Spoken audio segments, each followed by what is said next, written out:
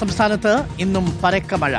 7 ജില്ലകളിൽ orange alert പ്രഖ്യാപിച്ചിട്ടുണ്ട്. വടക്കൻ കേരളത്തിൽ അടുത്ത 2 ദിവസം കൂടി ശക്തമായ മഴ തുടരും. കനത്ത മഴയിൽ പലയിടത്തും വ്യാപക നാശനഷ്ടമുണ്ടായി. മലയോര മേഖലകളിൽ അതീവ ജാഗ്രത തുടരണം എന്നാണ് നിർദ്ദേശം. വിവരങ്ങളുമായി സാന്ത്വന സജു ഉണ്ട്. സാന്ത്വന സജു, 2 ദിവസം കൂടി കനത്ത മഴ പ്രത്യേകിച്ച് വടക്കൻ കേരളത്തിൽ തുടരുമെന്നാണ് അറിയുന്നത്. പൊതുവെ കാലാവസ്ഥാ മുന്നറിയിപ്പ് എങ്ങനെയാണ്? അരുൺ, കാലവർഷം ശക്തി പ്രാപിച്ചതോടുകൂടി തന്നെ സംസ്ഥാനത്ത് വ്യാപക മഴയാണ് ലഭിച്ചുകൊണ്ടിരിക്കുന്നത്. പ്രത്യേകിച്ച് വടക്കൻ ജില്ലകളിൽ ആണ് കൂടുതൽ മഴ ഇന്ന് ലഭിച്ചത്. വരുന്ന 2 ദിവസം കൂടി ഇത്തരത്തിൽ തന്നെ മഴ തുടരും എന്നുള്ള ഒരു അറിയിപ്പാണ് കാലാവസ്ഥാ വകുപ്പ് നൽകിയിരിക്കുന്നത്. അതുമാത്രവുമല്ല, വടക്കൻ ജില്ലകളിലായിരിക്കും കൂടുതൽ മഴയ്ക്കുള്ള സാധ്യത എന്നുള്ള അറിയിപ്പാണ് നിലവിൽ പുറത്തു വന്ന അലേർട്ടുകൾ പ്രകാരം നമുക്ക് മനസ്സിലാകുകയും ചെയ്യുന്നത്. ഇനിയിപ്പോൾ ഇന്നത്തെ അലേർട്ടുകൾ നോക്കുകയാണെങ്കിൽ ഇന്ന് 7 ജില്ലയിൽ ഓറഞ്ച് അലേർട്ടും 7 ജില്ലയിൽ യെല്ലോ അലേർട്ടുമാണ് പ്രഖ്യാപിച്ചിരുന്നത്.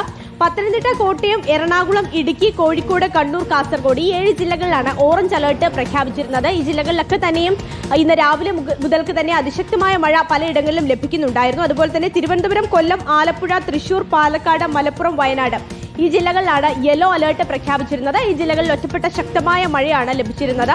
നാളെ ഇപ്പോൾ എല്ലാ ജില്ലകളിലും അലേർട്ട് പ്രഖ്യാപിച്ചിട്ടുണ്ട്. മറ്റന്നാളും കൂടി ഇതേ രീതിയിൽ മഴ തുടരുമെന്നാണ് അറിയിപ്പ്.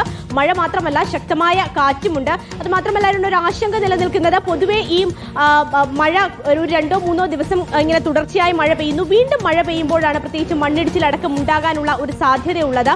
അതുകൊണ്ട് തന്നെ ഈ വടക്കൻ ജില്ലയിലുള്ള ആളുകൾ, പ്രത്യേകിച്ച് അപകട സാധ്യതാ മേഖലയിൽ താമസിക്കുന്ന ആളുകൾ പ്രത്യേക ജാഗ്രത പുലർത്തണം എന്നുള്ള അറിയിപ്പാണ് വന്നിരിക്കുന്നത്.